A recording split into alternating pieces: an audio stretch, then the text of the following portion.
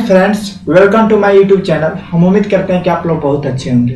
दोस्त, आज हम पढ़ाने वाले हैं आप लोगों को दहेज निषेध अधिनियम 1961 क्या होता है, इस चीज के बारे में, और ये कब लागू होता है, क्या चीजें होती है, मतलब इसके A to Z चीज इससे जो रिलेटेड है हम चीज आप लोगों को बताएंगे। ठीक है, दहेज निषेध अधिनियम 1961। तो सबसे पहले ध्यान दीजिएगा। चलिए, दहेज निषेध अधिनियम 1961 के अनुसार दहेज लेने देने या इसके लेने देने में सहयोग करने पर 5 वर्ष की कैद और 15,000 रुपये की जुर्माने का प्रावधान है। ठीक है, और आप अगर दहेज लेते हैं और देते हैं, ठीक है ना, तो इनमें क्या होता है कि 5 वर्ष की कैद है और 15,000 रुपये की जुर्माना का प्रावधान है। ठीक है, दहेज के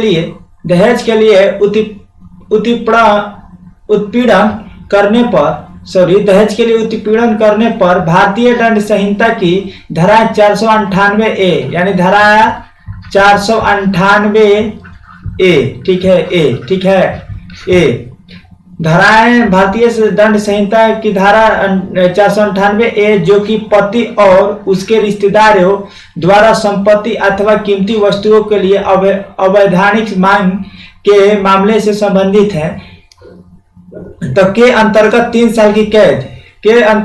साल की कैद और जुर्माना हो सकता है। धारा 406 के अंतर्गत लड़की के पति और ससुराल वाले के लिए 3 साल की कैद अथवा जुर्माना या दोनों देना पड़ेगा यदि वो लड़की स्त्री धन को उसे सौंपने से मना करते हैं। ठीक है, और यदि किसी लड़की की विवाह के 7 साल के भीतर असामान्य परिस्थिति में मौत हो जाती है, यानी कोई लड़की है और उसके क्या होता है कि 7 साल के भीतर, यानी शादी के हुआ 7 साल हुआ है, उसके अंदर अगर उसका क्या होता है असामान्य परिस्थिति में मौत हो जाती है, तो और ये साबित कर दिया जाता है कि मौत से पहले उसे दहेज के लिए प्रताड़ित किया जाता था, तो भारतीय दंड संहिता धारा 304B यानी धारा 304B के अंतर्गत लड़की के पति और रिश्तेदारों को कम से कम 7 वर्ष से लेकर आजीवन कारावास की सजा हो सकती है। यानी कम से कम, समझ रहे, कम से कम कितना होगा, अगर मान लीजिए कि कोई लड़की की शादी हुआ और 7 साल के अंदर क्या हो गया कि उसको असामान्य परिस्थिति में मौत हो जाती है, और यह साबित कर दिया जाता है कि मौत से पहले उसके दहेज के लिए प्रताड़ित किया जाता था, तो जो है यह दहेज निषेध अधिनियम के अनुसार क्या होता है कि भारतीय दंड संहिता की धारा 304B के अंतर्गत लड़की के पति यानी लड़की के जो हस्बैंड है और उनके रिश्तेदारों को कम से कम 7 वर्ष की सजा होगी, और नहीं तो इसमें आजीवन कारावास की सजा हो जाती है। ठीक है, अब देखिएगा आगा समझिएगा। तो चलिए, आज आजीवन विलासी होता जा रहा है। जो समान लड़के पहले 15-20 साल कम करके 15-20 साल काम करके इकट्ठा कर पाते थे, वही समान आज लड़के की विवाह के समय बटोर लेना चाहते हैं। यह उपभोक्तावादी प्रवृत्ति भारतीय सभ्यता और संस्कृति के नितांत विरोध है। आज इन पवित्र परंपराओं के प्रति हमारा दृष्टिकोण दूषित होता जा रहा है। दहेज एक सामाजिक समस्या है जिसका उन्मूलन तभी हो सकता है जब हम संकल्प पूर्वक इसके विरोध कदम उठाएं। ठीक है, दहेज से संबंधित किसी भी कानून को प्रभावी बनाने के लिए सरकार को अपनी पहल पर कदम उठाने होंगे। ठीक है, अब चलते हैं आगे। ये समझ गए दहेज। अब देखिएगा, अब अगला है कि दहेज निषेध अधिनियम 1961 के महत्वपूर्ण प्रावधान। ठीक है, माने दहेज निषेध अधिनियम 1961 में महत्वपूर्ण प्रावधान क्या है, हम ये चीजें जानेंगे। तो अब ध्यान दीजिएगा, दहेज निषेध अधिनियम 1961 की धारा 2 को दहेज यानी निषेध अधिनियम संशोधन अधिनियम 1984 और 86 के तौर पर संशोधित किया गया, जिसमें दहेज को निम्न प्रकार से परिभाषित किया गया है।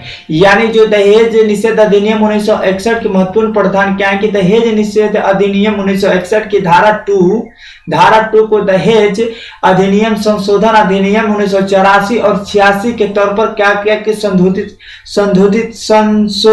किया गया, ठीक है, जिसमें दहेज के निम्न प्रकार से क्या किया गया, परिभाषित किया गया है। तो चलिए दहेज का निम्न प्रकार क्या है हम आगे जानते हैं, ठीक है, आगे जानते हैं। चलिए अब यहां ध्यान दीजिएगा,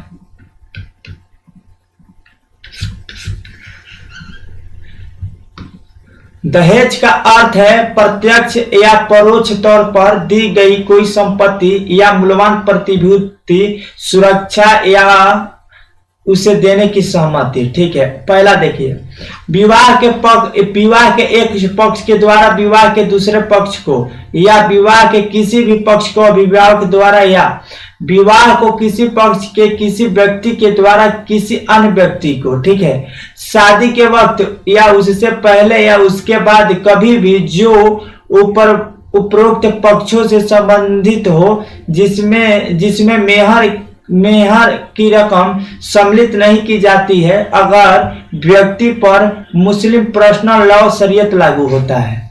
समझ गए? और देखिएगा ये समझ लीजिएगा। चलिए अब आता है इस प्रकार दहेज से संबंधित 3 स्थितियां हैं। कितने हैं? 3 स्थितियां हैं। कौन कौन है? विवाह से पूर्व, विवाह के अवसर पर और विवाह के बाद। यानी विवाह से पूर्व दहेज, मतलब इस प्रकार दहेज से संबंधित 3 परिस्थितियां क्या है कि विवाह से पहले दहेज आप ले सकते हैं, विवाह के अवसर पर आदमी लेते हैं और विवाह के बाद भी लोग लेते हैं। चलिए अब आगे चलते हैं। अब क्या है,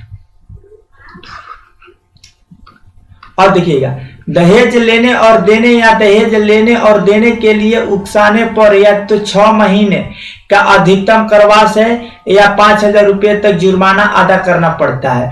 वधू के माता पिता या अभिभावक से प्रत्यक्ष या परोक्ष रूप से दहेज की मांग करने पर भी यही सजा दी जाती है। बाद में संशोधन अधिनियम के द्वारा इन सजाओं को भी बढ़ाकर न्यूनतम 6 महीने और अधिकतम 10 साल की कैद की सजा तय कर दी गई। वही जुर्माने की रकम को बढ़ाकर 10,000 रुपये या दी गई या मांगी गई दहेज की रकम दोनों में से जो भी अधिक हो के बराबर कर दिया गया है। हालांकि अदालत ने न्यूनतम सजा को कम करने का फैसला किया है, लेकिन ऐसा करने के लिए अदालत को जरूरी और विशेष कारणों की आवश्यकता होती है। दहेज निषेध अधिनियम 1961 की धारा 3 और 4 दंडनीय है, ठीक है। जो दहेज निषेध अधिनियम, जो दहेज निषेध अधिनियम, ठीक है, अधिनियम 1961 की धारा 3 और 4, ठीक है, 3 जो 4 धारा है, जो दहेज निषेध अधिनियम 1961 की धारा 3 और 4 है, वो क्या दंडनीय है। अब देखिएगा, दहेज लेने और देने के लिए उकसाना या वधू के माता पिता या अभिभावकों से सीधे या परोक्ष तौर पर दहेज की मांग, ठीक है। अब चलिए आगे बढ़ते हैं दोस्त। अब समझिएगा,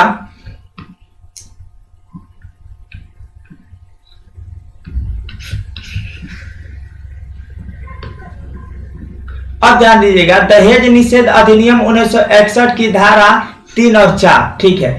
दहेज के लेन और देन के संबंध में सारे समझौते बेकार हैं और इन्हें कोई भी विधि अदालत लागू नहीं कर सकती है। वधू के अलावा अगर किसी व्यक्ति को दहेज मिलता है तो उस वधू के खाते में 3 महीने के अंदर रसीद समेत जमा करना होगा। अगर वधू नाबालिग है तो उसके नाबालिग होने के लिए 3 महीने के अंदर संपत्ति को हस्तांतरित करना होगा। अगर वधू की इस प्रकार के हस्तांतरण से पहले मृत्यु हो जाती है तो उसके उत्तराधिकारियों को उत्तराधिकारियों को उक्त समान शर्तों की तहत दहेज को हस्तांतरित करना होगा। ठीक है, ऐसा नहीं कर पाने की दशा में दहेज अधिनियम के तहत यह दंडनीय अपराध होगा और किसी भी सूरत में अदालत को न्यूनतम सजा से कम दंड देने की अधिकार नहीं होगा। ठीक है, जैसे कि दहेज के लेन क्या है कि समझिएगा, दहेज के लेन और देन के संबंध में सारे समझौते बेकार होते हैं और इन्हें कोई भी विधि अदालत लागू नहीं कर सकती है। वधू के अलावा अगर किसी व्यक्ति को दहेज मिलता है, यानी वधू के अलावा, समझ रहे हैं, यानी वधू के अलावा यानी जो कन्या होती है उसके अलावा किसी को अगर दहेज मिलता है तो उसे वधू के खाते में 3 महीने के अंदर रसीद समेत जमा करना होगा। अगर वधू नाबालिग है तो उसे बालिग होने के 3 महीने के अंदर संपत्ति को किया जाता है, हस्तांतरित करना होगा। ठीक है, अगर वधु की इस प्रकार का हस्तांतरण से पहले मृत्यु हो जाती है तो अगर मान लीजिए कि आप हस्तांतरित नहीं किया है और क्या किया कि वधु के अलावा किसी व्यक्ति को दहेज दिया गया है, मतलब आप दे दिए, ठीक है, और वो उसको क्या किए कि भैया ये सब जो काम है ये अगर जो उसके वधु के खाते में 3 महीने के अंदर रसीद समेत जमा करना होता है, अगर ये काम नहीं किए तो उसके बाद अगर मान लीजिए कि 3 महीना के अंदर इस संपत्ति का हस्तांतरण कराना होता है, अगर ये काम नहीं किए तो वधु जो है, अगर वधु इस प्रकार का हस्तांतरण से पहले मृत्यु हो जाती है, मान लीजिए कि उसको 3 महीने के अंदर मृत्यु हो गया, तो उसके उत्तराधिकारियों को उक्त समान शर्तों के दहेज को हस्तांतरित करना होगा। ऐसा नहीं कर पाने की दशा में दहेज अधिनियम के तहत यह दंडनीय अपराध है। ठीक है, और किसी भी सूरत में अदालत को न्यूनतम क्या होता है, सजा से कम दंड देने का अधिकार नहीं होगा। बात समझिए, इसका भी नियम है। ठीक है, अगर मान लीजिए आप दहेज ले रहे तो दहेज के मुकदमे पर निर्णय लेने का क्षेत्राधिकार मेट्रोपॉलिटन मजिस्ट्रेट या प्रथम श्रेणी के मजिस्ट्रेट को ही है। दहेज के अपराध का संज्ञान या तो मजिस्ट्रेट खुद ले सकता है या वह पुलिस रिपोर्ट में दर्ज तथ्यों जिनसे अपराध का पता चलता है के आधार पर या ऐसे व्यक्ति के माता पिता या अन्य रिश्तेदारों द्वारा दर्ज शिकायत के आधार पर मान्यता प्राप्त कल्याणकारी संस्था या संगठन के द्वारा दर्ज कराई गई शिकायत के आधार पर संज्ञान ले सकता है। आमतौर पर लड़की वाले शिकायत दर्ज करने में हिचकते हैं। मतलब क्या होता है कि जब एक कांड हो जाता है तो आमतौर पर लड़की वाले क्या करते हैं कि कंप्लेन करने से क्या करते हैं कि हिचकते हैं। इसलिए कल्याणकारी संस्थाओं द्वारा दर्ज शिकायतों को मान्यता मिलने से इस अधिनियम की संभावना व्यापक हुई है। तो इसीलिए कल्याणकारी संस्था जो होती है, संस्था है, तो वो भी ये क्या करती कि इस कंप्लेन को दर्ज करा सकती है। और इसका कंप्लेन अगर कल्याणकारी संस्था द्वारा अगर कंप्लेन किया जाता है तो उसका कंप्लेन की क्या होगा कि मान्यता होगा। ठीक है, मान्यता होगा। यह स्पष्ट रूप से लिखा है कि मिलने से इस अधिनियम की संभावना व्यापक हुई है। ठीक है, मतलब भैया कल्याणकारी जो संस्था होता है वो भी कर देगा, कल्याणकारी संस्था तो उसका मान्यता होता है, ध्यान दीजिएगा। अब देखिए, मुख्य विधि में मौजूद कमियों को दूर करने के लिए दहेज निषेध अधिनियम में एक संशोधन किए गए। महिला एवं बाल विकास मंत्रालय दहेज निषेध अधिनियम के मौजूदा प्रावधानों में और बदलाव करना चाह रही है ताकि दहेज निषेध कानूनों को और अधिक धराधर बनाया जा सके। 2009 में राष्ट्रीय महिला आयोग ने इस अधिनियम में कुछ परिवर्तन प्रस्तावित किए थे। इन सिफारिशों पर एक अंतर मंत्रालय बैठक में विचार विमर्श किया गया और विधि एवं न्याय मंत्रालय के परामर्श से दहेज निषेध संशोधन विधेयक 2010 की रूपरेखा तैयार की गई। घरेलू हिंसा अधिनियम 2005 के लिए नियुक्ति किए गए सुरक्षा अधिकारियों को दहेज सुरक्षा अधिकारियों के दायित्व भी निभाने के लिए अधिकृत किया गया। महिला जहां कहीं भी स्थायी या अस्थायी तौर पर रह रही है वहीं से दहेज की शिकायत दर्ज करने की अनुमति दी जाए। मतलब आप महिला जो है इस स्थिति में यही कहा गया, विधेयक जो बैठक हुआ यही विचार विमर्श किया गया कि मतलब जो महिला है जहां कहीं भी अस्थायी या अस्थायी तौर पर रह रही है वहीं से वो क्या कर सकते हैं, दहेज की शिकायत जो था कंप्लेन मतलब कंप्लेन करने की अनुमति दी जाए। मतलब ये बैठक में ये हुआ, ठीक है ना। अब देखिएगा, दहेज देने के लिए कम सजा और दहेज लेने के लिए अधिक दंड की व्यवस्था की जाए, क्योंकि अक्सर लड़की के माता पिता अपनी मर्जी के खिलाफ दहेज देने के लिए मजबूर किए जाते हैं और उनके लिए भी समान दंड की व्यवस्था की जाए जो लड़की वाले को शिकायत करने के लिए हतोत्साहित करते हैं, ठीक है। शिकायत करने के लिए हतोत्साहित मतलब माना करते हैं।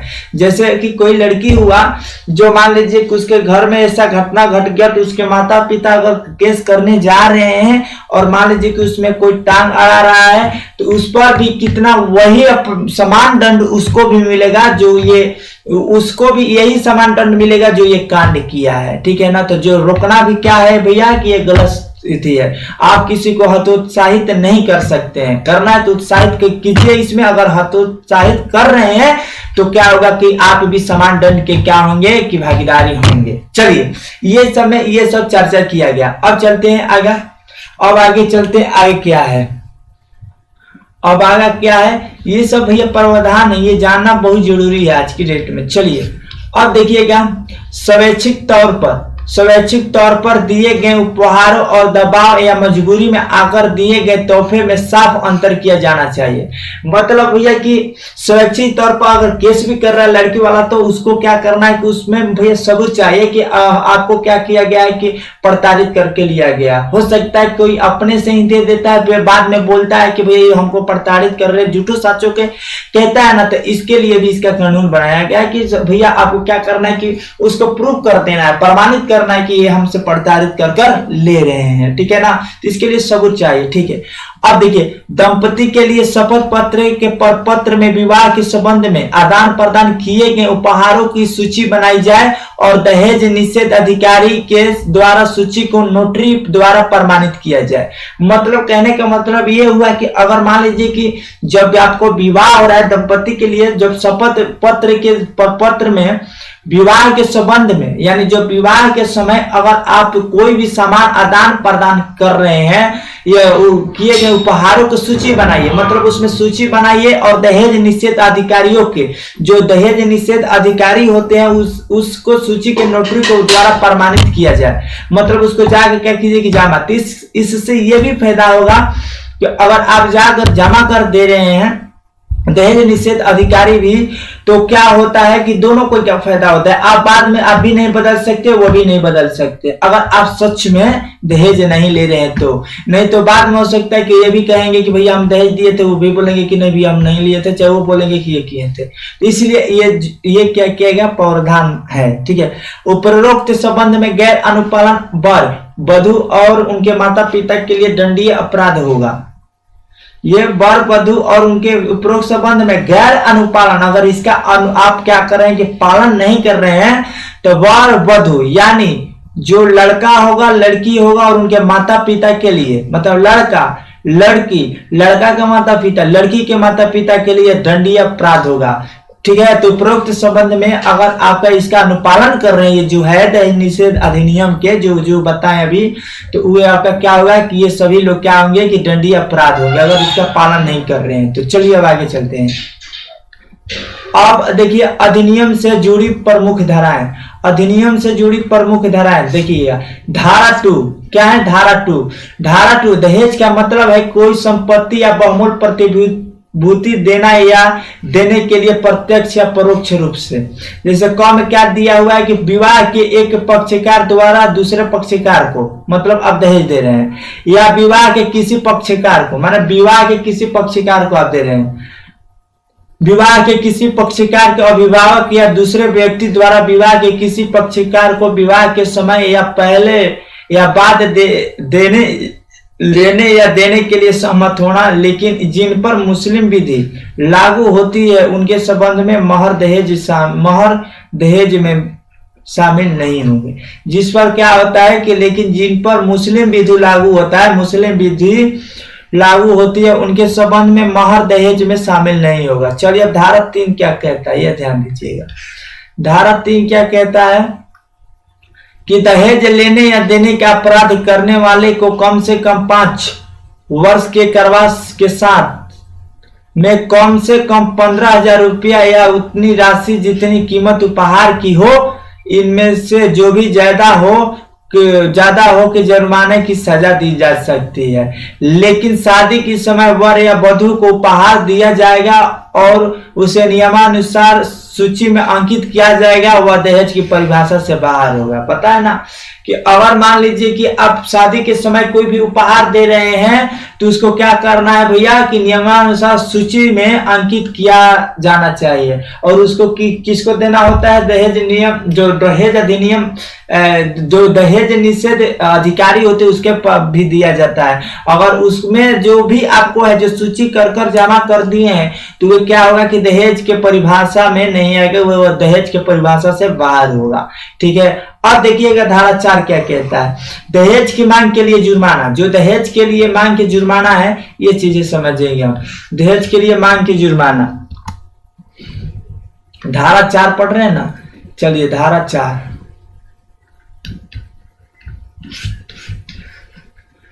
यदि किसी पक्षकार को माता पिता विवाह के रिश्तेदार प्रत्यक्ष या परोक्ष रूप से दहेज की मांग करते हैं तो उन्हें कम से कम 6 मास या अधिकतम 2 वर्षों के कारावास की सजा और 10,000 रुपए की जुर्माना हो सकता है। धारा 4 ये कहता है, मतलब यदि किसी पक्षकार के माता पिता या अभिभावक या रिश्तेदार प्रत्यक्ष या अपरोक्ष रूप से दहेज की मांग करते हैं, जैसे होता है ना, मान लीजिए कि वर वधू के जैसे वर का जो हुआ, जैसे लड़का पक्ष के हो जो हुए, लड़की पक्ष से क्या कर रहे हैं, उनके माता पिता या रिश्तेदार क्या कर रहे हैं, खुलेआम कर रहे हैं कि भैया हमको इतना 2 लाख दीजिए, हम क्या करेंगे तब हम शादी करेंगे। तो ऐसे जाकर आप कंप्लेन कर सकते हैं, कंप्लेन कीजिएगा कि भैया हमसे पैसा मांग रहे हैं, दहेज मांग रहे हैं। तो उनको क्या होगा, धारा 4 ये कहता है कि उन्हें कम से कम 6 माह की सजा और 6 माह, कम से कम 6 माह और अधिकतम 2 वर्ष की कारावास की जा सकती है और 10,000 जुर्माना लगेगा। चलिए अब धारा 4 क्या कहता है, जैसे धारा 4 क्या कहता है तो सुनने समझिएगा। किसी भी व्यक्ति द्वारा प्रकाशन या मीडिया के माध्यम से पुत्र पुत्री की शादी के एवज में व्यवसाय या संपत्ति या हिस्से का कोई प्रस्ताव भी दहेज की श्रेणी में आता है तो उसे भी कम से कम 6 माह और अधिकतम 5 वर्ष की कारावास की सजा तथा 15,000 रुपए की जुर्माना हो सकता है।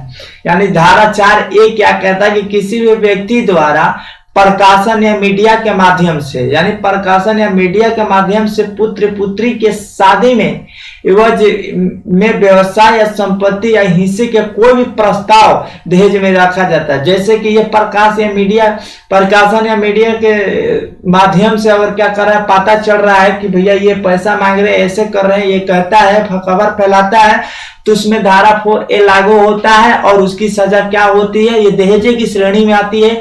उसकी सजा क्या होता है, कम से कम 6 महीना और अधिकतम 5 वर्ष की कारावास होती है और 15,000 रुपया जुर्माना लगता है। चलिए अब आगे चलते हैं, धारा 6 क्या कहता है। धारा 6 क्या कहता है, ध्यान दीजिएगा। धारा 6, यदि कोई दहेज विवाहित के अतिरिक्त अन्य किसी व्यक्ति द्वारा आधारण किया जाता है तो दहेज प्राप्त करने के 3 माह के भीतर या औरत के नाबालिग होने की स्थिति में उसके बालिग होने के 1 वर्ष के भीतर उसे अंतरित कर देगा। यदि महिला की मृत्यु हो गई और संतान नहीं हो तो अभिभावक को दहेज अंतरण किया जाएगा और यदि संतान है तो संतान को अंतरण किया जाएगा। ठीक है, चलिए समझ गए। और देखिए धारा 8 क्या कहता है, यदि घटना से 1 वर्ष के अंदर शिकायत की गई हो तथा न्यायालय पुलिस रिपोर्ट या छूट द्वारा शिकायत किए जाने पर अपराध का संज्ञान ले सकेगा। धारा 8 ये कहता है दोस्त, धारा 8 क्या कहता है, भारत निषेध अधिनियम 1961 का जो धारा 8 है वो क्या कहता है कि यदि घटना से 1 वर्ष के अंदर शिकायत की गई हो, यानी घटना से, जैसे मान लीजिए कि आज घटना हो आज मतलब घटना हुआ, आज से साल भर पहले क्या किया गया हो, पहले ही शिकायत जो है आपको दर्ज करा दिए हैं, तो न्यायालय पुलिस रिपोर्ट या सूचना द्वारा शिकायत किए जाने पर अपराध का संज्ञान ले सकेगा, जो है अपराध का भी संज्ञान में लिया जाएगा। समझ गए? मान लीजिए कि पहले ही कंप्लेन कर दिया और उसके साल भर बाद घटना हो जाता है, तो उसको क्या करेगा, न्यायालय पुलिस रिपोर्ट जो है या सूचना द्वारा शिकायत किए जाने पर उस अपराध को संज्ञान में लिया जा सकता है। ठीक है। और धारा 8 भी क्या कहता है, अब समझिएगा, धारा 8 भी ये कहता है कि दहेज निषेध पदाधिकारी की नियुक्ति राज्य सरकार द्वारा की जाएगी। माने धारा 8 भी ये कहता है कि दहेज निषेध अधिकारी की नियुक्ति जो होगा राज्य सरकार द्वारा की जाएगी, जो बनाए गए नियमों का अनुपालन कराने या दहेज की मांग के लिए उकसाने या लेने से रोकने या अपराध कारित करने से संबंधित साक्ष्य जुटाने का कार्य करेगा। यानी जो आपका दहेज निषेध पदाधिकारी हैं, ये जो चुने जाते हैं किसके द्वारा, राज्य सरकार यानी स्टेट गवर्नमेंट के द्वारा चुने जाते हैं।